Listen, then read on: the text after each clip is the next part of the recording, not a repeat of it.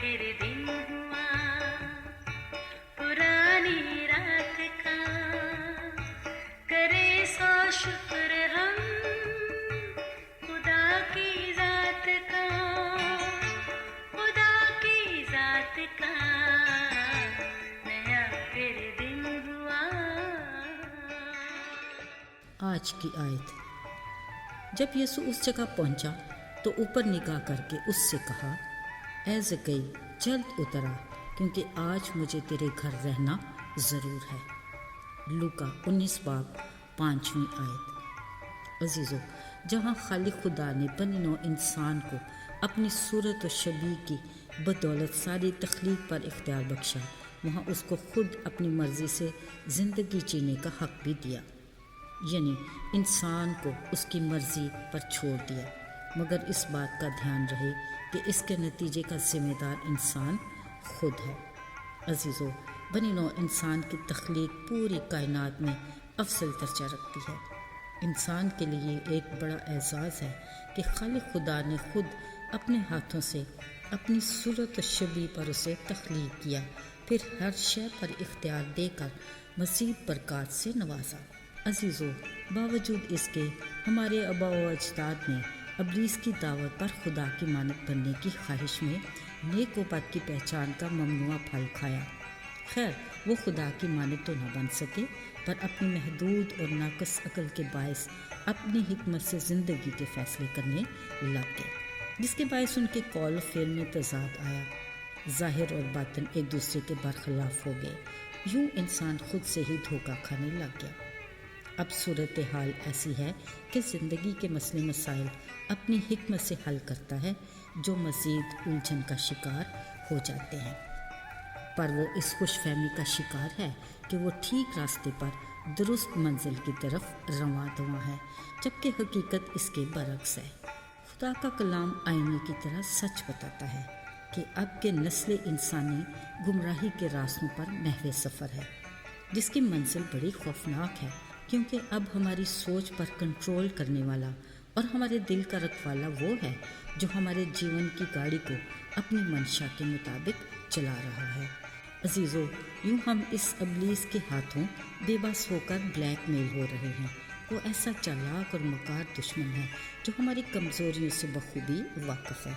वो हमें खुदा की तरफ रजू लाने से रोकता है, और हम भी गलत फहमी का शिकार होकर उसे सिर्फ दूर ही से देखने की ख्वाहिश करते हैं, पर उससे मिलने की हिम्मत नहीं कर पाते। याद रहे, खालिक खुदा अपनी मखलूक से इस तरह का नापायदार रिश्ता नहीं चाहता। उसने फरमाया, मेरे पास वापस आ जा, क्योंकि मैंने तेरा फिदिया दिया है। वो ऐसा चौपान है जो अपनी भीड़ों के लिए जान देता है और 99 को छोड़कर एक की तलाश में चल पड़ता है, उस शफीक बाप की तरह जो हर रोज़ हमारी वापसी की राह देखता है। बावजूद हमारी नाफरमानी और बेवफाई के वो फिर से कबूल करने के लिए तैयार है। अजीज़ों, महसूल लेने वालों का सरदार ज़कई उन लोगों में से था जो बज़ाहिर अपने काम कारोबार से मुतमईन और ज़िंदगी से खुश दिखाई देते हैं, मगर मन के अंदर कुछ ऐसी खलिश होती है जिसके बायस उन्हें किसी पल भी सुकून नहीं। ज़कई उस इब्लीस की गुलामी का शिकार था जो उसे किसी तौर भी आज़ाद नहीं करना चाहती थी। यही वजह थी कि यीशु के बारे में ज़कई की ख्वाहिश उसे सिर्फ देखने तक महदूद रही, मगर यीशु उसे आज़ाद कराना चाहते थे। इसलिए वो ज़कई को एक मौका देने के लिए उसके शहर पहुंच गए। उधर ज़कई भी यीशु को देखने का मौका नहीं खोना चाहता था। यीशु ने ऐन उस जगह पहुंचकर कहा, ऐ ज़कई जल्द उतर आ, क्योंकि आज मुझे तेरे घर रहना ज़रूर है।